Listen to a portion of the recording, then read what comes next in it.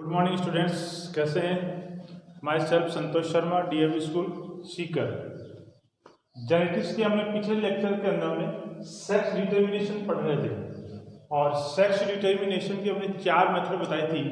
पहला था chromosomal theory of sex determination, second था genic balance theory of sex determination और थर्ड था इन्वायरमेंटल सेक्स डिटर्मिनेशन और फोर्थ था हार्मोनल सेक्स डिटर्मिनेशन। जिनमें से पिछले लेक्चर के अंदर हमने chromosomal theory of sex determination और जेनिक बैलेंस थ्योरी हमने पढ़ ली थी। उसके आगे की थर्ड जो अपने पास मेथड है वो है इन्वायरमेंट सेक्स डिटर्मिनेशन, वातावरणीय लिंग निर्धारण। इस वातावरणीय लिंग निर्धारण के अंदर in several reptiles sex determination depends on incubation temperature of egg, यानी जो अनेक सरीसृप हैं अपने रेप्टाइल्स हैं उनमें लिंग निर्धारण जो होता है वो अंडे के उष्मायन ताप पर निर्भर करता है। यानी इंक्यूबेशन टेम्परेचर ऑफ एग अंडे के उष्मायन ताप पर निर्भर करता है। जैसे हमने कुछ उदाहरण लिख रखे हैं। इससे फर्स्ट हमने लिख रखा एगामा, जो एक लिजार्ड यानी छिपकली है। इसमें यदि अंडे का जो उष्मायन ताप है इंक्यूबेशन पीरियड ऑफ एग जो है यदि 26 to 7 यानी 26 से 27 डिग्री सेंटीग्रेड हो तो क्या बनेगी? फीमेल बनती है। क्या बनती है? फीमेल बनती है स्टूडेंट्स। और जब 29 डिग्री सेंटीग्रेड 29 डिग्री सेंटीग्रेड हो उस समय क्या बनेगा? मेल बनेगा। ये किसकी कंडीशन है? छिपकली के अंदर यानी लिजार्ड के अंदर। दूसरा उदाहरण हमने लिखा टर्टल्स ऑफ ग्रेप्टिमिस जीनस, यानी ग्रेप्टिमिस वंश के कुछ जो कछुए हैं उन कछुओं के अंदर जो उष्मायन ताप है अंडे का वो 30 डिग्री सेंटीग्रेड से ऊपर है। एरो का निशान लगा रखा ऊपर को, इसका मतलब 30 डिग्री सेंटीग्रेड से ज्यादा, यानी 30 डिग्री सेंटीग्रेड से ऊपर है टेम्परेचर तो फीमेल, और 30 डिग्री सेंटीग्रेड से नीचे का ताप है तो क्या बनेगा? मेल बनेगा। ठीक इसी प्रकार से इन क्रोकोडाइल्स यानी मगरमच्छ के अंदर यदि उष्मायन ताप 31 डिग्री सेंटीग्रेड है 31 डिग्री सेंटीग्रेड हो तो फीमेल, और एट 33 यानी 33 डिग्री सेंटीग्रेड हो तो मेल, और जब 31 और 33 डिग्री सेंटीग्रेड के बीच हो तो बनेगा बोथ, यानी मेल एंड फीमेल। यानी अपन ये कह सकते हैं between 31 degree centigrade to 33 degree centigrade produce both male and female. तो ये था अपना इन्वायरमेंटल सेक्स डिटर्मिनेशन। ठीक है। और नेक्स्ट जो अपना नंबर 4 जो है वो है हार्मोनल सेक्स डिटर्मिनेशन, यानी हार्मोनल लिंग निर्धारण। इसके अंदर है sex determination by hormones is done in free Martin. यहाँ एक क्वेश्चन भी बनता है कि फ्री मार्टिन्स क्या है। ठीक है, इसकी डेफिनेशन भी हमें आनी चाहिए। तो अपने कह सकते हैं हार्मोन्स के द्वारा जो लिंग निर्धारण है वो किसके अंदर होता है? फ्री मार्टिन के अंदर होता है, मुक्त मार्टिन में होता है।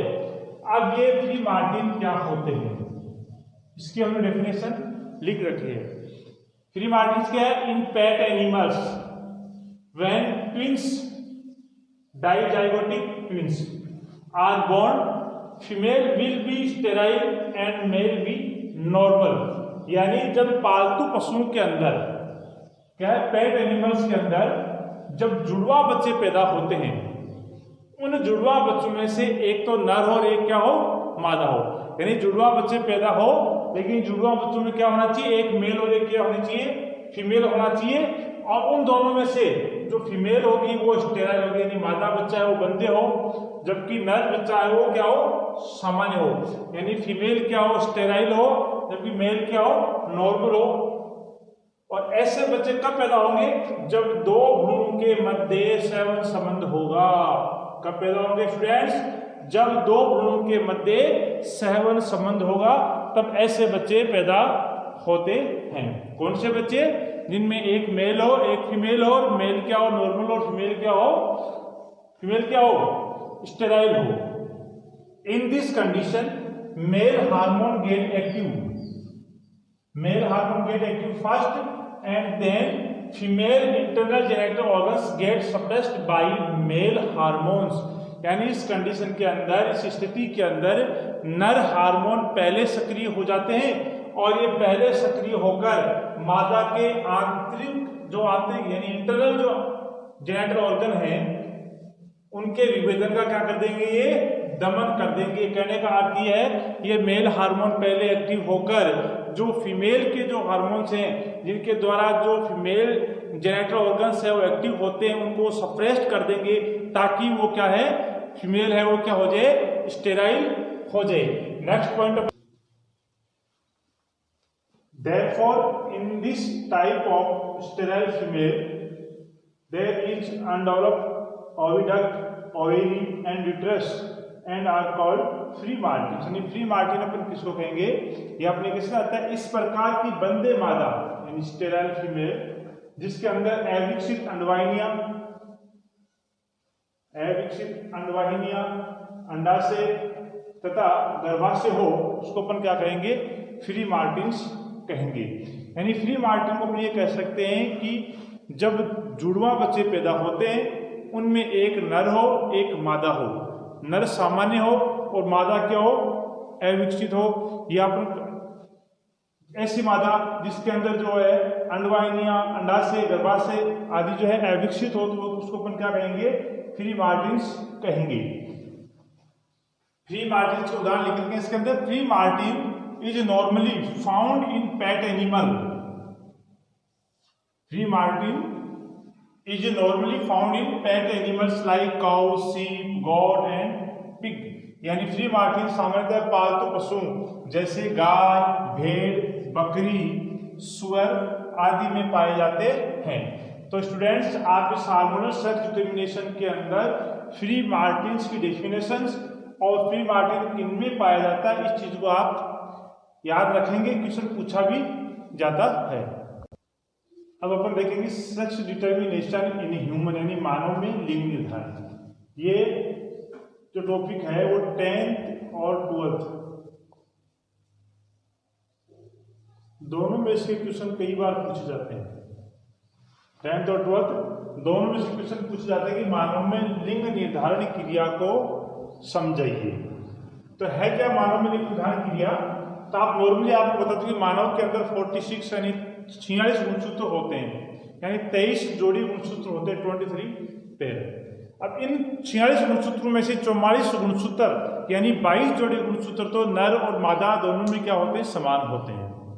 और इन 22 जोड़ी गुणसूत्र का लिंग निर्धारण के अंदर कोई भी योगदान नहीं होता है। अतः जो 22 जोड़ी गुणसूत्र यानी 44 जो गुणसूत्र हैं जो नर मादा दोनों में समान होते हैं, जिनका लिंग निर्धारण में कोई योगदान नहीं होता है, उनको अपन ऑटोसोम यानी कायिक गुणसूत्र कहते हैं। और ये कायिक गुणसूत्र जो होते हैं वो देह लक्षणों को नियंत्रित करते हैं, लिंग निर्धारण के अंदर इनका कोई भी योगदान नहीं होता है। इससे अपन ये भी कह सकते हैं कि 23वीं जोड़ी जो गुणसूत्र है वो नर और मादा दोनों में क्या होती है, अलग अलग होती है। 23 जोड़ी गुणसूत्र जो है वो नर और मादा दोनों में अलग अलग होती है। नर के अंदर 23वीं जोड़ी जो गुणसूत्र है वो अक्ष होता है और नर के अंदर 23वीं जोड़ी जो गुणसूत्र है वो अक्ष वाई होती है। इसलिए अपन ये कह सकते हैं कि नर के अंदर अक्ष वाई और मादा के अंदर क्या है, अक्ष है। तो अपन ये कह सकते हैं मादा क्या होती है, होमोगैमेटिक होती है, यानी समयुग्मकी होती है। मतलब कहने का अर्थ है कि एक ही प्रकार की युग्म बनाती है। जबकि नर के अंदर अक्ष वाई होता है 23 जोड़ी गुणसूत्र, तो नर क्या हो गया इस कंडीशन में, विषम युग्मकी हो गया यानी हेटेरोगैमेटिक हो गया। यानी अपने ये कह सकते हैं कि नर क्या बनेगा, 2 प्रकार के युग्मक बनेगा। अपने यहाँ लिखा in human each cell normally contain 46 chromosomes 23 pair in which 44 यानी 22 pair chromosomes in male and female are same called autosomes which does not take part in sex discrimination। यानी मनुष्य के अंदर 46 गुणसूत्र होते हैं जिनमें से 44 गुणसूत्र नर और मादा में समान होते हैं, जो लिंग निर्धारण के अंदर अपना कोई भी योगदान नहीं देते हैं। 23rd pair chromosomes differ between male and female which is called sex chromosome and take part in sex determination. यानी 23वीं जोड़ी जो गुणसूत्र है और नर मादा के अंदर अलग अलग होती है, अर्थात नर में अक्ष वाई व मादा में अक्ष होते हैं।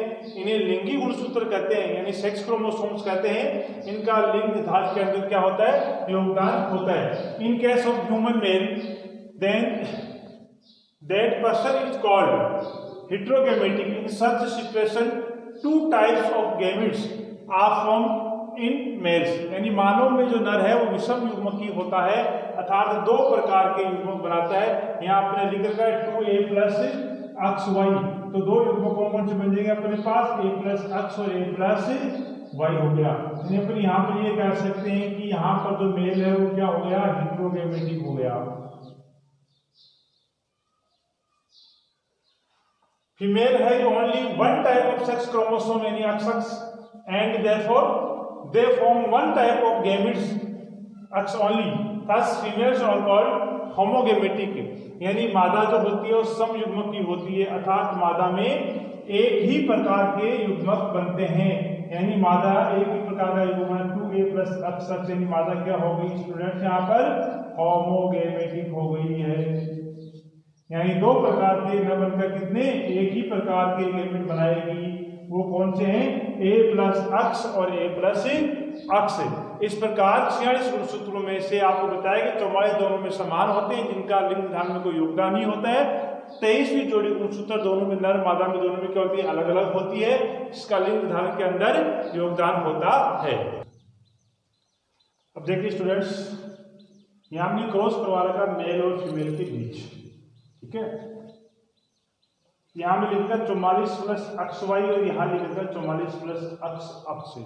ये 44 तो क्या है, ऑटोसोम्स हैं, जिनका सेक्स डिटर्मिनेशन के अंदर कोई भी योगदान नहीं होता है। आगे तो हमें लिखा है X और Y, XX ये क्या है, सेक्स क्रोमोसोम्स हैं, इनका सेक्स डिटर्मिनेशन के अंदर क्या होता है, योगदान होता है। यहाँ पे लिखा in male there are 44 plus XY and in female 44 plus XX chromosomes. Two types of gametes, and sperm in male are Y plus X and Y plus Y, while in female all gametes have Y plus X। यानी आप ये कह सकते हैं कि नर के अंदर जो 44 प्लस XY क्रोमोसोम्स जो होते हैं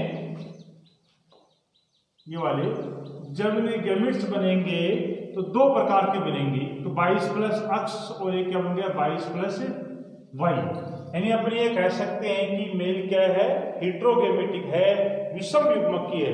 विषम युग्मकी का मतलब है कि जो अलग अलग प्रकार के गैमेट से बनाता हो। फीमेल के अंदर हम लिख रहे हैं 44 प्लस x, 44 प्लस XX जो क्रोमोसोम्स हैं उनसे एक ही प्रकार का युग्मक बनेगा, यानी 22 प्लस x 22 प्लस x। यानी यहाँ पर अपने ये कह सकते हैं कि फीमेल क्या है, होमोगेमेटिक होता है, ठीक है। अब नेक्स्ट पॉइंट क्या कर रहा है, when 22 plus x containing sperm fertilize 22 plus x egg, then the child is female 44 plus XX। when 22 plus y containing sperm fertilize with 22 plus x egg, then the child is male. यानी ये अब ये कह रहा है कि जो 22 plus x वाला, क्योंकि जब इसके दो गेमेट बने तो दो शुक्राणु बन के 22 प्लस x का, एक शुक्राणु कौन सा 22 प्लस y का। ये 22 प्लस x वाला शुक्राणु जो है, यदि ये निषेचित करता है किसको, 22 प्लस x के अंडाणु को, देखो मैंने यहाँ लाइन बना रखी है ये वाली ऐसी, ये 22 प्लस x है और इस 22 प्लस x के साथ यदि निषेचित होता है, इसको फर्टिलाइज करता है, तो जो संततियां बनेगी वो क्या बनेगी 44 प्लस x, यानी वो क्या है, फीमेल है। और यही 22 प्लस x वाला जो स्पर्म है, इस 22 प्लस x वाले अंडाणु के साथ, ओवम के साथ फर्टिलाइज होता है तो क्या बनता है 44 प्लस x, यानी फीमेल बनती है। और ये 22 प्लस y वाला शुक्राणु यदि इस 22 प्लस x वाले अंडाणु को यदि निषेचित करता है तो क्या बनेगा, मेल बनेगा, यानी लड़का पैदा होगा। यहां में नीचे लिख रखा है 44 प्लस XY और 44 प्लस XY, यानी कि मेल है, ठीक है। क्या कहा इसके अंदर कि 22 प्लस x वाला जो शुक्राणु है, यदि 22 प्लस x वाले अंडाणु को जब निषेचित करता है तब तो बनेगी फीमेल, और जब 22 प्लस y वाला शुक्राणु 22 प्लस x वाले अंडाणु को निषेचित करता है तो क्या बनेगी, मेल बनेगा। Hence the child will be a boy or girl is simply a matter of chance and no one among the parents is responsible for the sex of the child. यानी इस प्रकार नर व मादा बच्चों का पैदा होना, यानी लड़का होगा या लड़की होगी, ये एक संयोग है। इसके लिए कोई भी एक पैतृक यानी माता या पिता जिम्मेदार नहीं है। कई बार अपन कहते हैं कि इसमें महिला का दोष है, सब लड़कियां पैदा हो रही है, या वो पुरुष का दोष है, सारी लड़कियां पैदा हो रही है या सारे लड़के पैदा हो रहे हैं। जिनके लड़के वो कहते लड़कियां नहीं है, लड़कियां वो कहते लड़के नहीं है। वो बताते हैं कि किसी पुरुष का दोष है या किसी महिला का दोष है, तो ऐसा कुछ भी नहीं है, क्योंकि दोनों का इसके अंदर 50-50% योगदान होता है। और लड़का पैदा होना है या लड़की, ये किस पर डिपेंड करता है? ये निषेचन पर डिपेंड करता है कि कौन सा स्पर्म है, कौन से ओवम को फर्टिलाइज करता है। ठीक है, तो इसमें किसी एक को रेस्पॉन्सिबल यानी अपन एक को जिम्मेदार नहीं ठहरा सकते हैं। जो ठहराते हैं वो क्या है? गलत है। स्टूडेंट्स, आपके सेक्स डिटर्मिनेशन इन ह्यूमन तथा दो आपको विधि करवा रहे सेक्स डिटर्मिनेशन की, हार्मोनल सेक्स और genic balance theory, chromosomal theory और इन्वायरमेंटल थ्योरी। इनमें यदि कोई आपकी प्रॉब्लम है तो आप कमेंट बॉक्स में जाकर कमेंट कर सकते हैं, और आपके कमेंट्स का जो भी है डाउट है, क्वेरीज है, उनको सॉल्यूशन दिया जाएगा। Thank you.